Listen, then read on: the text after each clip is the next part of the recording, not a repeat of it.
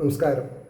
ശ്രീമദ് ഭാഗവതം മൂലം പ്രഭാഷണം ഭാഗം 779 779. ഓം ഗം ഗണപതയേ നമഃ. ഓം സംസരസ്വതേ സ്വാഹ. ഓം ശ്രീ ഗുരുഭ്യോ നമഃ. ഓം ശ്രീ രംഗനാഥ ശർമ്മണേ നമഃ. നാരായണ നാരായണ നാരായണ നാരായണ നാരായണ നാരായണ നാരായണ നാരായണ നാരായണ നാരായണ നാരായണ. ഓം ശ്രീകൃഷ്ണാർപ്പണമസ്തു. ഓം ശ്രീകൃഷ്ണായ പരബ്രഹ്മണേ നമഃ. ഓം ശ്രീകൃഷ്ണായ പരമാത്മനേ നമഃ. ഹരേ രാമ രാമ രാമ ഹരേ ഹരേ. ഹരേ കൃഷ്ണ കൃഷ്ണ കൃഷ്ണ ഹരേ ഹരേ. ഓം ശ്രീ രുക്മിണി സത്യഭാമാ സമേത ശ്രീ ഗോപാലകൃഷ്ണ സ്വാമിനേ നമഃ. ശ്രീമദ് ഭാഗവതം നവമസ്കന്ധം 15-ാം അധ്യായത്തിൽ 28-ാമത്തെ ശ്ലോകം മുതൽക്കാണെന്ന് പറയേണ്ടത്. ശ്ലോകം 28. ഘോരമാദായ പരശും സതൂണം ചർമ്മകാർമുഖം അന്നധാവത ദുർദർശോ മൃഗേന്ദ്ര ഇവ യൂഥഭം. ഇതാണ് ശ്ലോകം. ഇതിൻ്റെ വാക്കാർത്ഥം പറയുമ്പോൾ, ഭയങ്കരമായ പരശുവിനെയും ചർമ്മത്തെയും തൂണത്തോടുകൂടി വില്ലിനെയും എടുത്തിട്ട് എതിർക്കപ്പെടാൻ കഴിയാത്ത പരശുരാമൻ സിംഹം ഗജേന്ദ്രനെ എന്ന പോലെ അനുധാവനം ചെയ്തു. എങ്ങോട്ട്? കാർത്തിവീരാർജുനൻ്റെ അടുത്തേക്ക്. അതിൻ്റെ ഭാവാർത്ഥം പറയണു. ഉടനെ ഭയങ്കരമായ പരശു, അതായത് മഴു, വില്ല്, ആവനാഴി, പരിച. അപ്പം ഈ ചർമ്മ എന്ന് പറഞ്ഞിട്ടുണ്ടെങ്കിൽ തോലെന്നല്ല, ഇവിടെ അർത്ഥം എന്താ? പരിച എന്നാണ് പറയുക.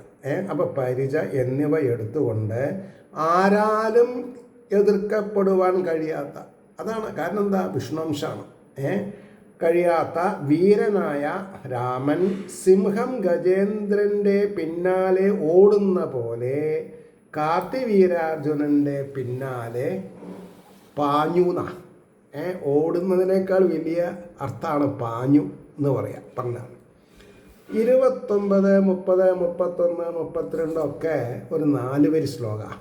ഓരോന്നായിട്ടാണ് നോക്കാം. 29. തം ആപദന്തം ഭൃഗുവര്യമോജസാ ധനുർധരം ബാണപരശ്വധായുധം ഐണേയ ചർമാംബരമർക്കദാമഭിയുതം ജടാഭിർദൃശേ പുരീം വിശൻ. ക്രോധാകാരനായിട്ടുള്ള മുഖത്തോട് കൂടിയിട്ട് പോകുമ്പോൾ കണ്ണിൻ്റെ പുരുകൊക്കെ അങ്ങനെ വളയനുണ്ട് എന്നൊരർത്ഥം വരുപ്പതിൽ. അപ്പോൾ പറയണു, ശക്തിയോടുകൂടി പാഞ്ഞു വരുന്നവനും വില്ലു ധരിച്ചവനും ബാണം വെൺമഴു മുതലായ ആയുധങ്ങളോടുകൂടിയവനും കൃഷ്ണമൃഗത്തോൽ ഉടുത്തിരിക്കുന്നവനും സൂര്യകിരണങ്ങൾ പോലെ ഇരിക്കുന്ന ജടകളോടുകൂടിയവനുമായ ഭൃഗുവര്യനായ അവനെ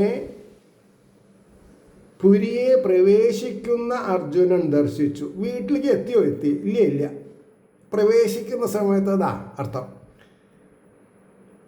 അപ്പം അതിൻ്റെ ഭാവാർത്ഥം പറയണു. കാർത്തിവീരാർജുനൻ കാമധേനുവിനെ അപഹരിച്ച് സ്വരാജധാനിയായ മാഹിഷ്മതിയിൽ എത്താറായപ്പോൾ തന്നെ പിന്തുടർന്നു വരുന്ന രാമനെ കണ്ടു. അമ്പും വില്ലും പരശുവും ധരിച്ച കൃഷ്ണമൃഗത്തിൻ്റെ തോലുടുത്തും ബാലസൂര്യകിരണങ്ങൾ പോലെ ചെമ്പിച്ച ജടകൾ ധരിച്ചുകൊണ്ട് അതിശക്തിയോടുകൂടി പാഞ്ഞുകൊണ്ടാണ് പരശുരാമൻ വരുന്നത് എന്ന് അർജുനൻ, കാർത്തിവീരാർജുനൻ കണ്ടറിഞ്ഞു. 30-ാമത്തെ ശ്ലോകം. അജോദയദസ്ഥിരധാശ്വപത്തിഭിർ ഗദാസി ബാണർഷ്ടിശദഗ്നിശക്തിഭി അക്ഷോഹിണീ സപ്തദശാദിഭീഷണാസ്താ രാമയേകോ ഭഗവാനസൂദയത്. ഇവിടെ എത്രയോ അക്ഷൗഹിണിപ്പടകളാ, അവിടെയോ ബലരാമൻ ഒറ്റയ്ക്കാ. ഇതാണ്. അപ്പോൾ എന്തിനു വേണ്ടിയിട്ടാണ് വരുന്നത്? കാർത്തിവീരാർജുനനെ നിഗ്രഹിക്കാൻ വേണ്ടിയിട്ട്. അപ്പോൾ ഇവിടെ ഇത്ര അക്ഷൗണിപ്പട ഉണ്ടെങ്കിലും അവിടെ ഒരു പരശുരാമൻ മതി എന്നുള്ള കൺക്ലൂഡിങ് മീനിങ് അവിടെ വരുന്നുണ്ട്. നോക്കിക്കോളൂ. ഗദ, വാള്, ബാണം, ഋഷ്ടി, ശതഗ്നി, ശക്തി എന്നീ ആയുധങ്ങളോടുകൂടി ആകെ 2 കൈയാണുള്ളത്. പക്ഷേ എല്ലാറ്റിലും ഇപ്പം എത്ര എണ്ണം ഇവിടെ പറഞ്ഞു? ഗദയുണ്ട്, വാളുണ്ട്, ബാണം അതായത് അസ്ത്രമുണ്ട്, ഋഷ്ടി, ശതഗ്നി, ശക്തി എന്നീ ഒരു മിനിമം 6 ഉപകരണങ്ങൾ പറഞ്ഞിട്ടുണ്ട്. അങ്ങനെയാണ് ഓടി വരുന്നത്. എന്നിട്ടോ ആന, തേര, കുതിര, കാലാൾ എന്ന സൈന്യങ്ങളാൽ അതിഭയങ്കരങ്ങളായ 17 അക്ഷൗഹിണികളെ പ്രേരിപ്പിച്ചയച്ചു. ആ സൈന്യങ്ങളെ ഭഗവാൻ രാമൻ ഏകനായിട്ട് നശിപ്പിച്ചു. 18 അക്ഷൗഹിണിപ്പടയാണ് എന്തിലുണ്ടായത്? മഹാഭാരത യുദ്ധത്തിൽ. അത് 18 ദിവസം കൊണ്ടാണ് യുദ്ധം അവസാനിച്ചത്. പക്ഷെ ഇവിടെ 17 അക്ഷൗഹിണിപ്പടയിൽ ആന, തേര, കാലാള്, ആന, തേര, പിന്നെ കുതിര, കാലാള് അടങ്ങിയ 4 അംഗപ്പട 17 അക്ഷൗഹിണി. അവരിൽ പിന്നെ ബലരാമൻ്റെ കയ്യിലല്ല കേട്ടോ. ബലരാമൻ്റെ കയ്യിൽ എന്താ ഉള്ളൂ? പിന്നെ വാളുണ്ട്, പിന്നെ പരിചയമുണ്ട്, മഴുണ്ട്, ബാണം ഉണ്ടെന്ന് വെച്ചോളൂ. ബാണുണ്ടെങ്കിൽ പിന്നെ വില്ലുണ്ടാവണം, അത്രയേ ഉള്ളൂ. പക്ഷേ ഈ 6 ഞാൻ പറഞ്ഞത് ആരുടെ അടുത്താണ്? ഈ 4 അംഗപ്പടയുടെ അടുത്താണ്. അപ്പോൾ 17 അക്ഷൗഹിണികളെ പ്രേരിപ്പിച്ചയച്ചു. ആരെ? കാർത്തികവീര്യാർജുനൻ. ആർക്ക് നേരെ? പരശുരാമൻ്റെ നേരെ. ആ സൈന്യങ്ങളെ ഭഗവാൻ രാമൻ ഏകനായിട്ട് നശിപ്പിച്ചു. അപ്പം മഹാഭാരത യുദ്ധമാണോ വലുത്? പരശുരാമൻ കാർത്തികവീര്യാർജുനനെ തോൽപ്പിച്ചതാണോ വലുത് എന്ന് നമുക്ക് മനസ്സിലാക്കാം. ഇനി അതിൻ്റെ ഭാവാർത്ഥം പറയണം. ഗദകൾ, വാളുകൾ, ബാണങ്ങൾ, ഋഷ്ടികൾ, ശതഗ്നികൾ എന്നീ ആയുധങ്ങൾ ധരിച്ചിരിക്കുന്ന ആന, തേര, കുതിര, കാലാൾ എന്നീ 4 വിധ സൈന്യങ്ങൾ ഉൾപ്പെടെ ഭയങ്കരങ്ങളായ 17 അക്ഷൗഹിണികളെ അർജുനൻ രാമന് നേരെ അയച്ചു. അവരെയെല്ലാം ഏകനായിട്ട് തന്നെ ഭഗവത് അവതാര സ്വരൂപനായ പരശുരാമൻ സംഹരിച്ചു. 31-ാമത്തെ ശ്ലോകം. യദോ യദോ അസോ പ്രഹരത് പരശധോ മനോ അനിലൗജ പരചക്രസൂദന തതസ്തതശ്ചിന്ന ഭുജോരുഗന്ധര നിബേദുരുർവ്യാം ഹതസൂതവാഹനാഹ. അതായത് പ്രഹരിക്കുന്ന പര അശ്വത്തോടുകൂടിയും മനസ്സിൻ്റെയും വായുവിൻ്റെയും വേഗത്തോടുകൂടിയും ശത്രു സൈന്യത്തെ നശിപ്പിക്കുന്നവനുമായ ഈ രാമൻ എവിടെ സഞ്ചരിച്ചുവോ അവിടെ ഛേദിക്കപ്പെട്ട ഭുജങ്ങൾ, ഊരുക്കൾ, കഴുത്തുക്കൾ എന്നിവയോടുകൂടിയും ഹനിക്കപ്പെട്ട സുതന്മാർ, വാഹനങ്ങൾ എന്നിവരോടുകൂടിയവരുമായിട്ട് ഉർവിയിൽ ഭൂമിയിൽ പതിച്ചു വീണു. അതിൻ്റെ ഭാവാർത്ഥ പറഞ്ഞത് തന്നെ. പരശുവാകുന്ന ആയുധത്താൽ മഴു അല്ലെങ്കിൽ കോടാലി എങ്ങനെ വേണമെങ്കിൽ വിചാരിച്ചോളൂ. കോടാലി എന്നാണ് കുറേ കൂടി യോജിക്കുക പരമശയിലെ. പരശുവാകുന്ന ആയുധത്താൽ എതിരിട്ട് വരുന്നവരെ പ്രഹരിച്ചും മനസ്സിൻ്റെയും വായുവിൻ്റെയും വേഗത്തെ അനുസരിച്ച് സഞ്ചരിച്ചും ശത്രു സൈന്യ സംഘത്തെ നശിപ്പിച്ചും കൊണ്ട് പരശുരാമൻ ശത്രു സൈന്യങ്ങളിൽ ഏതേതു ഭാഗത്തിൽ കൂടി സഞ്ചരിച്ചുവോ അവിടെയെല്ലാം കൈകളറ്റും തുടകൾ പൊളിഞ്ഞും കണ്ഠങ്ങൾ മുറിഞ്ഞും സൂതന്മാർ അതായത് തേരോട്ടികൾ മരിച്ചും വാഹനങ്ങൾ നശിച്ചും കൊണ്ട് സൈന്യത്തിലുള്ള ഭടന്മാർ ഭൂമിയിൽ തുരുതുര എന്ന് വീണ് കിടക്കണമെന്ന് പറഞ്ഞു. 32-ാമത്തെ ശ്ലോകം നോക്കിക്കോളൂ. ദൃഷ്ട്വാ സ്വസൈന്യം രുധിരോഗകർദ്ദമേ രണാജിരേ രാമഗുഡാരസായകൈ വിവൃഗ്നചർമ്മധ്വജ ചാപവിഗ്രഹം നിപാതിതം ഹൈഹയ ആപദൃഷാ. അതായത് രാമൻ്റെ പരശു കൊണ്ടും ബാണങ്ങൾ കൊണ്ടും മുറിക്കപ്പെട്ട പരിചകൾ, ധ്വജങ്ങൾ, വില്ലുകൾ, ശരീരങ്ങൾ എന്നിവയോടുകൂടിയ തൻ്റെ സൈന്യത്തെ, അതായത് കാർത്തികവീരാർജുനൻ്റെ സൈന്യത്തെ യുദ്ധഭൂമിയിൽ രക്തപ്രവാഹത്താൽ ചളി പിടിച്ചിരിക്കുന്നതിൽ നിബന്ധിക്കപ്പെട്ടതിനെ കണ്ടിട്ട് കാർത്തികവീരാർജുനൻ ദേഷ്യത്തോടുകൂടി ആപതിച്ചു. ചാടി വീണു എന്നൊക്കെ അർത്ഥം പറയാം. അതിൻ്റെ ഭാവാർത്ഥം: പരശുരാമൻ തൻ്റെ കുടാരം കൊണ്ട്, ബാണങ്ങൾ കൊണ്ടും സ്വസൈന്യങ്ങളുടെ പരിച മുതലായ രക്ഷാസാധനങ്ങളെയും കൊടിക്കൂറകളെയും വില്ലുകളെയും ശരീരങ്ങളെയും മുറിച്ചും കൊണ്ട് രക്തമൊഴുകി ചളിക്കെട്ടിയിരിക്കുന്ന യുദ്ധക്കളത്തിൽ വീഴ്ത്തിയിരിക്കുന്നത് കണ്ടിട്ട് കാർത്തികവീരാർജുനൻ തന്നെ കോപത്തോടുകൂടി രാമൻ്റെ നേർക്ക് പാഞ്ഞ് എത്തി എന്നായി. ഇതൊക്കെ നമുക്കിങ്ങനെ കാണാൻ സാധിക്കണം. ഭാവനാപൂർണ്ണമായിരിക്കണം മനസ്സ്. അപ്പോഴാണ് അതൊക്കെ സംഭവിക്കുക. അപ്പോഴാണ് അതിൻ്റെ വൈദഗ്ധ്യം എന്താണെന്നുള്ളതൊക്കെ നമുക്ക് മനസ്സിലാവുക. ഗരിമ. 33ാമത്തെ ശ്ലോകം 33, 34 കൂടി 4 വരിയാണ്. പിന്നെ അവിടെ നിന്ന് അങ്ങോട്ട് 2 വരിയായിട്ടാണ് കാണുന്നത്. ഇവിടെ 33: അധാർജുന പഞ്ചശതേഷു ബാഹുബിർ ധനുഷു ബാണാൻ യുഗബൽസന്തതേ രാമായ രാമോ അസ്ത്രഭൃതാം സമഗ്രണീസ്ത അന്യേകധന്യേഷു ബിരശ്ചിനൽ സമം.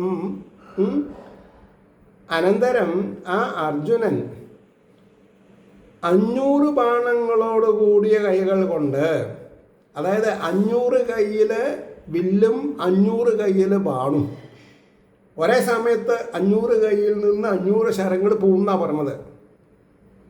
അതും ഭാവനയിൽ കാണണം. ഏകകാലത്തിൽ ഒരേ സമയത്ത് ഏകകാലത്ത്, സംശയം വേണ്ടെന്നാ, രാമൻ്റെ നേർക്ക് തൊടുത്തു. അസ്ത്രം ധരിച്ചവരിൽ മുഖ്യനും ഒരു ധനുസ്സോടുകൂടിയവനുമായ രാമൻ അവയെ ബാണങ്ങൾ കൊണ്ട് ഒരേ സമയത്ത് മുറിച്ചു. അപ്പോൾ ആർക്കാ കൈവേഗത? 500 ബാണങ്ങളെ ഒരു ബാണം കൊണ്ട് തുരത്താൻ സാധിക്കുന്നുണ്ടെങ്കിൽ ആ പരശുരാമൻ്റെ യുദ്ധവൈദഗ്ധ്യം മനസ്സിലാക്കണം. ആ പരശുരാമനോടാണ് ദുര്യോധനൻ നുണ പറഞ്ഞിട്ട് എനിക്ക് എന്ത് വേണമെന്ന് പറഞ്ഞത്. ദുര്യോധന കർണനോ എനിക്ക് ഓർമ്മയില്ല. കർണൻ ഞാൻ ബ്രാഹ്മണനാണ് എന്ന് നുണ പറഞ്ഞിട്ടാണ് നമസ്കരിച്ച് പഠിച്ചത്. പിന്നെ മനസ്സിലായത് കയ്യിൽ ഞാണൂലി ഒക്കെ ഉണ്ട്, ശപിച്ചു, നിനക്ക് ഓർമ്മയിൽ ആവശ്യം വരുമ്പോൾ ഓർമ്മയില്ലാണ്ട് പോട്ടെ. ഇങ്ങനെ. അപ്പോൾ ഈ കഥകളൊക്കെ കൂട്ടി വായിക്കുമ്പോൾ വിദ്യ നേടാൻ നുണ പറയാൻ പാടില്ല. മനസ്സിലായോ ചോദിച്ചാൽ മനസ്സിലായിച്ചാൽ മനസ്സിലായി എന്ന് പറയാം, ഇല്ലെങ്കിൽ പറയാം മനസ്സിലായിട്ടില്ല കേട്ടോ. ആ വ്യക്തിക്കാണ് ഗുരുമഹിമ ജാസ്തി ഉണ്ടാവുക. മനസ്സിലാവാണ്ട് മനസ്സിലായി എന്ന് പറഞ്ഞാലോ അത് അദ്ദേഹത്തിന് മനസ്സിലായാലത്തെ സ്ഥിതി എന്താ ആലോചിച്ച് നോക്കൂ.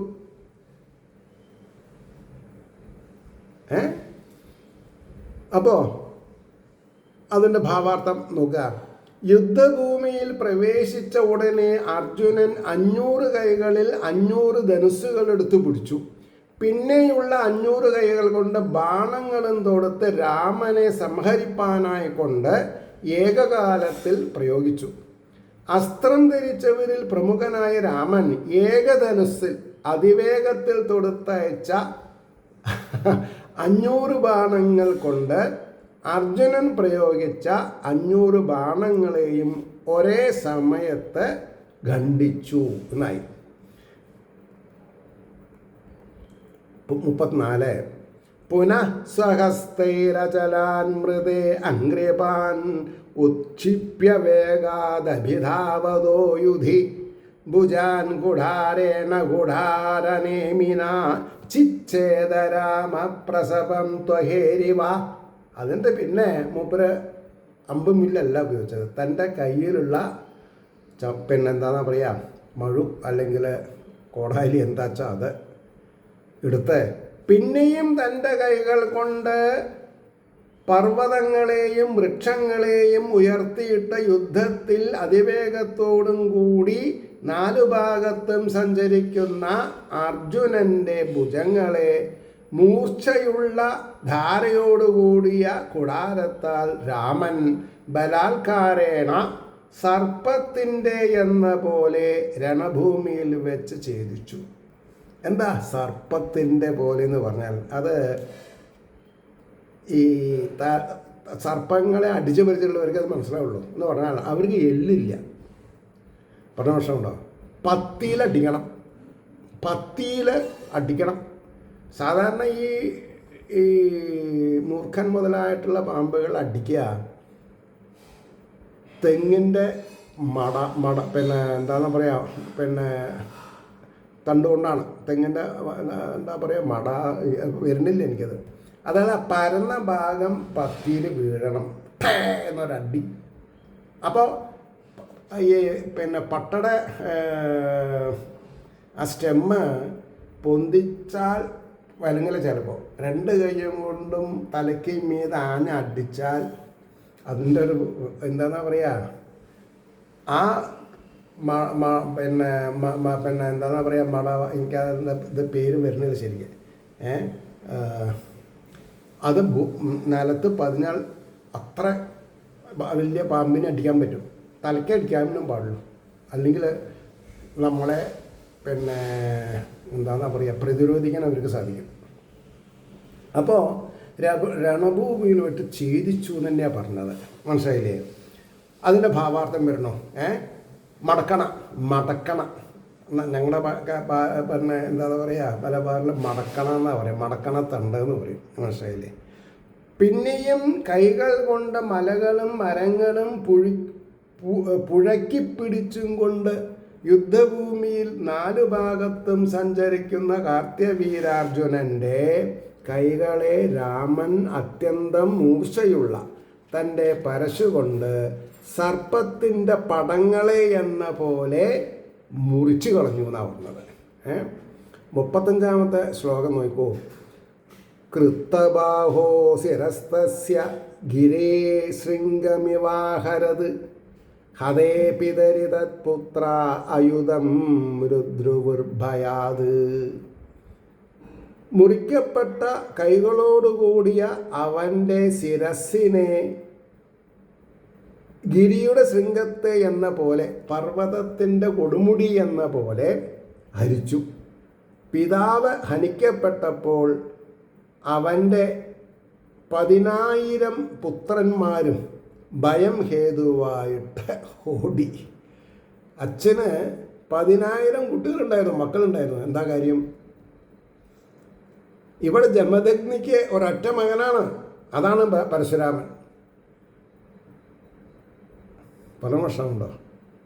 ഇത് പറയുമ്പോൾ എനിക്ക് എന്താ ഓർമ്മ വരുന്നത്, ഈ രുക്മിണി ദേവിയുടെയും സത്യഭാമാദേവിയുടെയും വൗശ് എത്രത്തോളം ഉണ്ട് എന്ന് തെളിയിക്കാൻ ഒരു പന്തയുണ്ടായിത്ര.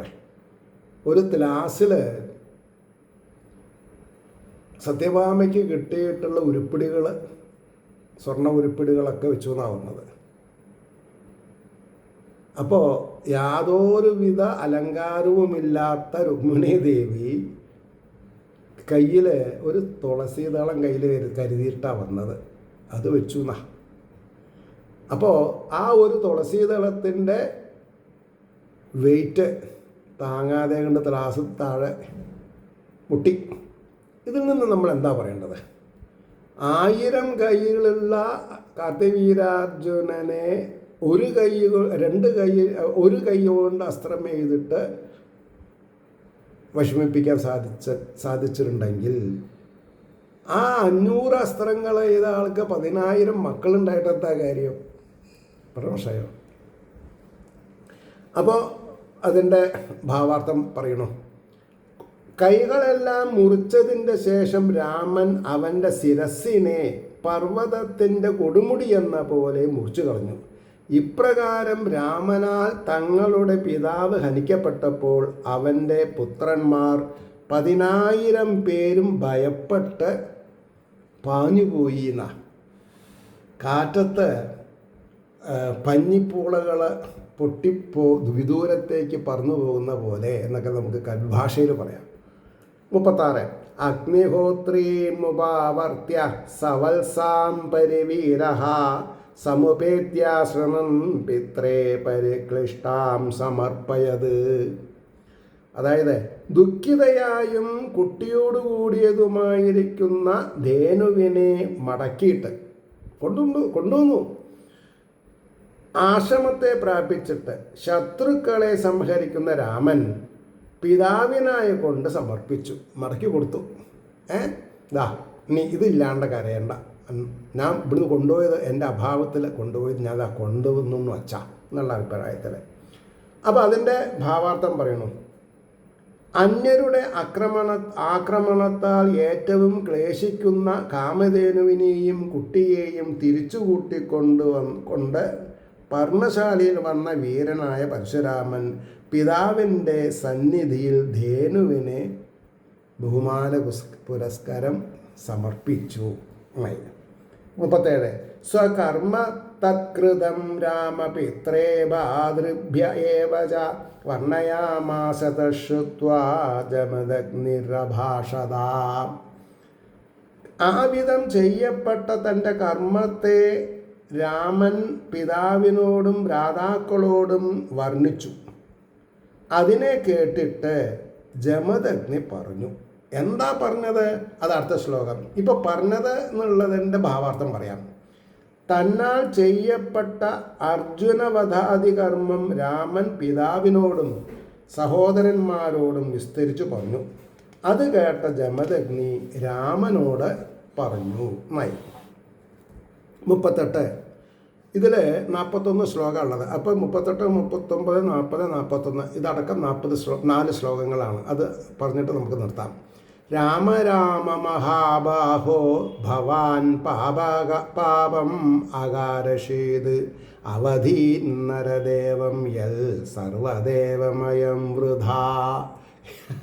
ഇതാണ് സനാതനധർമ്മത്തിൻ്റെ ഗാംഭീര്യം. എന്താ പറയാൻ കാരണം? രാമ, എന്നോടിപ്പോൾ ഞാൻ അയാളെ വധിക്കാൻ പറഞ്ഞിട്ടില്ല. കാരണം എന്താ? അയാൾ ആരാ? രാജാവാണ്. രാജാവ് ആരാ? ഇവിടെ പറയുന്നുണ്ട് സർവദേവമയം, വിഷ്ണുവിൻ്റെ അംശമാണ് രാജാവ്. ഇദ്ദേഹം വിഷ്ണുവിൻ്റെ അവതാരമാണ്, അതവിടെ ഇരിക്കട്ടെ. അപ്പോൾ ജമദഗ്നി മഹർഷിക്ക് സന്തോഷമാണോ ഉണ്ടായത്? അല്ല. അത് ഏറെക്കുറെ എങ്ങനെ എന്ന് ചോദിക്കുകയാണെങ്കിൽ, പരീക്ഷിത്ത് മഹാരാജാവ് നായാട്ടിന് പോയി പരിതപിച്ചുകൊണ്ട് ദാഹം പുറഞ്ഞ് അടുത്ത് കണ്ട ഒരു മഹർഷിയുടെ ആശ്രമത്തിലേക്ക് കയറിപ്പോയി എന്നാണ് പറഞ്ഞത് വെള്ളം കുടിക്കാൻ. അത് സമീക മഹർഷിയുടെ ആയിരുന്നു. പക്ഷെ അദ്ദേഹം ധ്യാനത്തിലിരിക്കുമ്പോൾ ഇദ്ദേഹം എന്ത് വിചാരിച്ചു? തന്നെ കണ്ട് കണ്ണടച്ചിരിക്കുകയാണ് എന്ന് തെറ്റിദ്ധരിച്ചു പോയി. അപ്പോൾ അടുത്ത് കണ്ട ചത്ത് കിടക്കുന്നൊരു പാമ്പിനെ എടുത്ത് അദ്ദേഹത്തിൻ്റെ കഴുത്തിലിട്ടു. അപ്പോൾ വിദൂരത്ത് കളിക്കുന്ന ശമീക മഹർഷിയുടെ മകൻ വെള്ളം കുടിക്കാൻ വേണ്ടിയിട്ട് പർണശാലയിൽ വന്നപ്പോൾ ഇതാ കണ്ടത്. ഉടനെ ശപിച്ചു, ഇത് ആര് ചെയ്തിട്ടുണ്ടെങ്കിലും അയാളെ 7-ാം നാൾ ദക്ഷകദംശനം ഏറ്റിട്ട് മരിക്കപ്പെടട്ടെ എന്ന്. അപ്പോൾ ഇദ്ദേഹത്തിൻ്റെ മകൻ്റെ ആക്രോശമൊക്കെ കേട്ടിട്ട് കണ്ണ് വിളിച്ച് നോക്കുമ്പോൾ കഥ എന്താ ചോദിച്ചപ്പോഴാണ് ഇങ്ങനെ, അയ്യോ മോനെ, നീ ചെയ്യാൻ പാടില്ലാത്തതാണല്ലോ ചെയ്തതെന്ന് പറഞ്ഞു. അതേമാതിരി തന്നെയാണ് അവസ്ഥ ഇവിടെ. നമ്മളെല്ലാവരും ഒരു കാര്യം മനസ്സിലാക്കേണ്ടത്, നമ്മളെ ഒരാൾ ഉപദ്രവിച്ചാൽ പകരം ചോദിക്കാനല്ല പറഞ്ഞത്. ഭഗവത്ഗീതേനെ പലവരും തെറ്റായി പറയാറുണ്ട്. ശേഷം ചോദിക്കാൻ അങ്ങനെ പറഞ്ഞിട്ടില്ല. യുദ്ധം പെട്ടെന്ന് ചെയ്യേണ്ടതല്ല, വളരെയധികം യുക്തിപൂർവം ദൂതൊക്കെ പറഞ്ഞതിൻ്റെ ശേഷം നിവർത്തില്ലെങ്കിലേ യുദ്ധം ചെയ്യാൻ പാടുള്ളൂ പരമശൈലി. അപ്പോൾ ഇവിടെ പറഞ്ഞതെന്താ? നീ സർവദേവസ്വരൂപനായ രാജാവിനെ വധിച്ചുവെന്നത് യാതൊന്നോ, അതുകൊണ്ട് പാപത്തെ ചെയ്തു. അപ്പം അച്ഛൻ മകനെ സപ്പോർട്ട് ചെയ്യുകയല്ല ചെയ്തത്. അതാണ് സനാതനധർമ്മം. സനാതനധർമ്മം നമ്മൾ വളരെ എന്താണെന്നാ പറയുക, കുശലപൂർവ്വം വായിച്ച് മനസ്സിലാക്കേണ്ടതാണ്. അതിൻ്റെ ഭാവാർത്ഥം പറയുന്നു. ഹേ രാമ മഹാപരാക്രമശാലിൻ, എനിക്കറിയാം നീ ബഹുഗമനാണെന്ന് എനിക്കറിയാം. നീ പാപമാണ് ചെയ്തത്, മനുഷ്യരെ പരിപാലിക്കുന്ന രാജാവ് സർവദേവസ്വരൂപനായിരിക്കെ നീ അദ്ദേഹത്തെ വെറുതെ ഹനിച്ചുവല്ലോ. തപോധനന്മാരായ നമ്മൾക്ക് ആ ധേനു പോയതുകൊണ്ട് യാതൊരു ഹാനിയും വരുവാനില്ലാത്തത് കൊണ്ട് നീ രാജാവിനെ വധിച്ചത് വ്യർത്ഥം തന്നെ. നമ്മൾക്ക് അതേമാതിരി എത്ര 1000 പശുക്കളെ ഉണ്ടാക്കാൻ പറ്റും? തപസ് ചെയ്തവർക്ക് നഷ്ടമൊന്നും വരാനില്ല. നഷ്ടമില്ല. അവരെ നഷ്ടപ്പെടുത്തി എന്നാരെങ്കിലും വിചാരിക്കുന്നുണ്ടെങ്കിൽ അവർ വിഡ്ഢികളുടെ സ്വർഗത്തിലാണ്. അപ്പോൾ 39ാമത്തെ ശ്ലോകം പറയാ, നോക്കുക. വയം he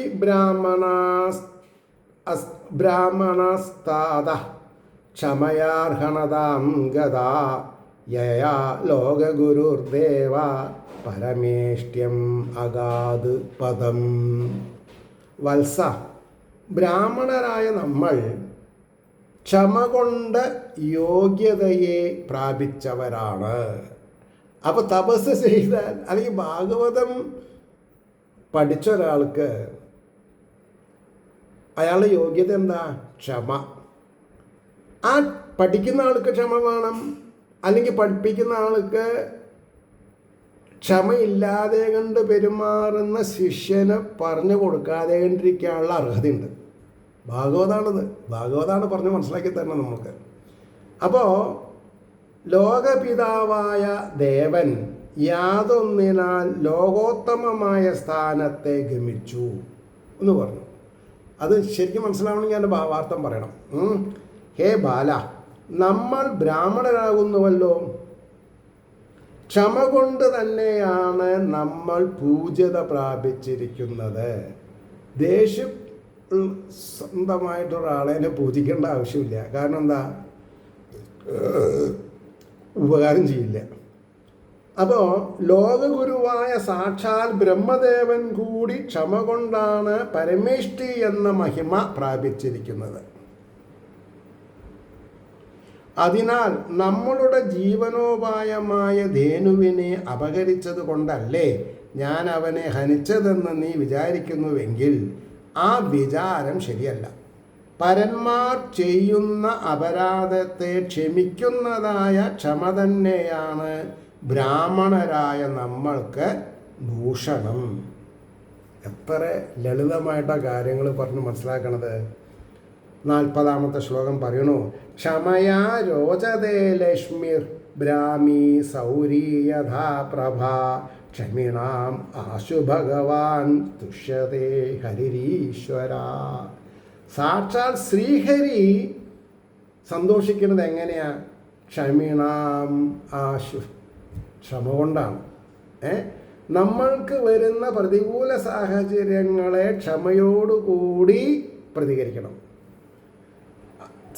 there will be a silver line in the horizon. ആർക്ക്? സമചിത്തന്മാർക്ക്, സമാധാനപ്രിയന്മാർക്ക് ഇന്നല്ലെങ്കിൽ നാളെ ഭഗവാൻ ഒരു ഫേവറബിൾ അവസ്ഥ കൊടുക്കാതെയിരിക്കില്ല. അത് എപ്പോഴെന്ന് പറയാൻ പറ്റില്ല. അതിനാണ് wait and see. Patience and perseverance is a must. Patience and perseverance are must. കാരണം അത് രണ്ടെണ്ണ. പേഷ്യൻസ്, ക്ഷമ ഉണ്ടാവുക, കാത്തിരിക്കുക, പിന്നെ സഹനശക്തി. അപ്പം 40ാമത്തെ അപ്പം പറഞ്ഞു, ക്ഷമയ രോചതേ ലക്ഷ്മീർ ബ്രാഹ്മി സൗരീ യഥാ പ്രഭാ ക്ഷമിണാമാശു ഭഗവാൻ തുഷ്യതേ ഹരിരീശ്വരാം. എന്താ പറഞ്ഞത്? ബ്രാഹ്മണരെ സംബന്ധിച്ചിരിക്കുന്ന തേജസ്, ബ്രാഹ്മണരെ സംബന്ധിച്ചിരിക്കുന്ന തേജസ് സൂര്യപ്രഭയെന്ന പോലെ ക്ഷമ കൊണ്ട് വിളങ്ങുന്നു. ഭഗവാനും ഈശ്വരനുമായ ഹരി ക്ഷമയുള്ളവരുടെ നേരെ വേഗത്തിൽ സന്തോഷിക്കുന്നു. ക്ഷമയില്ലാത്തവരുടെ നേരെ വേഗത്തിൽ സന്തോഷിക്കില്ല. അപ്പോൾ ഞാൻ ഈ ഭക്തനാണ്, ഞാൻ പരമപ്രേമ ഭക്തിയൊക്കെ ഉണ്ട് എനിക്ക്, എന്നിട്ടും എന്താ എൻ്റെ കാര്യം ശരിയാവാത്തത് എന്നൊരു ചോദ്യം വന്നാൽ അതിന് ഉത്തരം കുറേ കൂടി ക്ഷമിക്കാൻ പഠിക്കണം എന്ന് മാത്രമേ ഒറ്റ വാചകത്തിൽ ഭാഗവതം നിഷ്കർഷിക്കുന്നുള്ളൂ. അപ്പോൾ അതിൻ്റെ ഭാവാർത്ഥം പറയണു. ക്ഷമ കൊണ്ട് മാത്രമേ ബ്രാഹ്മണരുടെ തേജസ് സൂര്യ തേജസ് എന്ന പോലെ അധികം വിളങ്ങുകയുള്ളൂ. ഉത്കൃഷ്ടമായ ക്ഷമാഗുണമുള്ളവരുടെ നേരെ ഭഗവാനും സർവേശ്വരനുമായ ശ്രീഹരി വേഗത്തിൽ സന്തോഷിക്കുന്നു. അല്ലെങ്കിൽ എന്തു പറ്റും? വളരെ അധികം യാതനകളെ അനുഭവിപ്പിച്ചുകൊണ്ട് ക്ഷമയുടെ നെല്ലിപ്പടിക്ക് ഉദാഹരണമായിട്ട് ഭഗവാന് ബോധ്യമായാലാണ് എന്ത് കൊടുക്കുക? അഷ്ടൈശ്വര്യങ്ങളും കൊടുക്കുക. അതിനൊരു ഉദാഹരണമാണ് കുചേലഗിരി. കുചേലൻ വളരെ അധികം പ്രായം ചെന്നിട്ടും അദ്ദേഹത്തിൻ്റെ സമചിത്തതയ്ക്ക് യാതൊരു ഭംഗവും ഇല്ലാതെ മനസ്സിലാക്കിയതിൻ്റെ ശേഷമാണ് ശ്രീകൃഷ്ണാവതാരം ഉള്ള ആ ദശമസ്കന്ധത്തിൽ അവസാനം വെച്ചിട്ടാണ് എന്ത് ചെയ്യണത്? കുചേലഗതി പറയണത്. അപ്പോൾ 41-ാമത്തെ ശ്ലോകം പറഞ്ഞിട്ട് നമുക്ക് നിർത്താം. ശ്ലോകം 41. രാജ്ഞോ മൂർധാവസിക്തസ്യ വധോ ബ്രഹ്മവധാൽ ഗുരു തീർത്ഥസംസേവയാ ച അഹോഹം ചാം അഹോ ജഘ്യങ്കാച്യുതചേതനാം. അതായത് രാജപരിപാലനത്തിൽ അഭിഷേകം ചെയ്യപ്പെട്ട രാജാവിൻ്റെ, അതാ കോർണേഷൻ സെറിമണി, രാജാവായിട്ട് അഭിഷേകം ചെയ്യുമ്പോൾ ഹനനം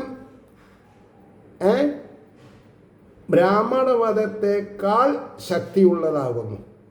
ഒരു ബ്രാഹ്മണനെ വധിക്കുന്നതിനേക്കാൾ ശക്തി ഉള്ള പാപമാണ് രാജാവിനെ വധിക്കുക എന്നുള്ളത്. കാരണം ഹരിയുടെ രൂപ, സനാതനധർമ്മത്തിൻ്റെ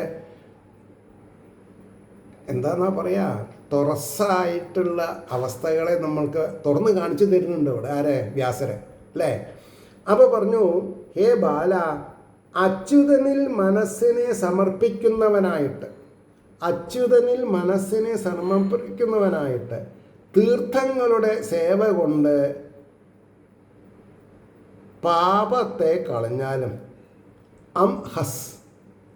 പാപത്തെ കളഞ്ഞാലും, അതായത് ഇത്രയും വലിയ കൊടിയ പാപം നീ ചെയ്തല്ലോ, നീയെ ഭാരതം മുഴുവൻ നടന്നിട്ട് തീർത്ഥസേവ ചെയ്യാം, അപ്പം നിൻ്റെ പാപം തീരും.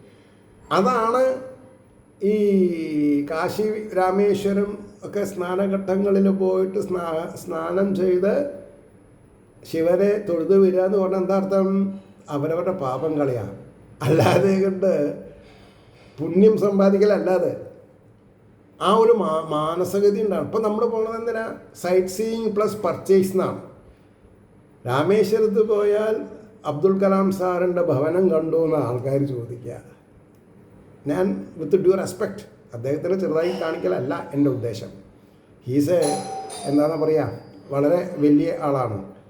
അപ്പോൾ പറയുന്നു, ഹേ ബാല, രാജ്യം പരിപാലിപ്പാനായിട്ട് അഭിഷേകം ചെയ്യപ്പെട്ടിരിക്കുന്ന രാജാവിൻ്റെ വധം ബ്രാഹ്മണവധത്തേക്കാൾ കഠിനമായ പാപമാകുന്നു.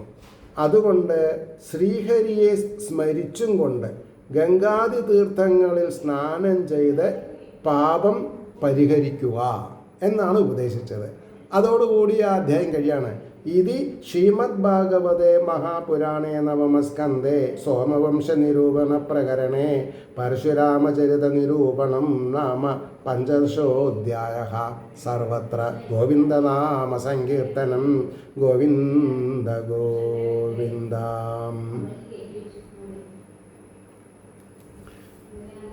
ഏവർക്കും ശ്രീഹരിയുടെ അനുഗ്രഹാശിസ്സുകൾ ഉണ്ടാവട്ടെ എന്നും നമ്മുടെ ഓരോരുത്തരുടെയും പ്രാർത്ഥന ലോകാസമസ്ത സുഖിനോ ഭവന്തു ആയിരിക്കട്ടെ എന്നും സ്മരിച്ചുകൊണ്ട് വാക്കുകൾ ഉപസംഹരിക്കുന്നു. നമസ്കാരം. നാളെ കാണാം.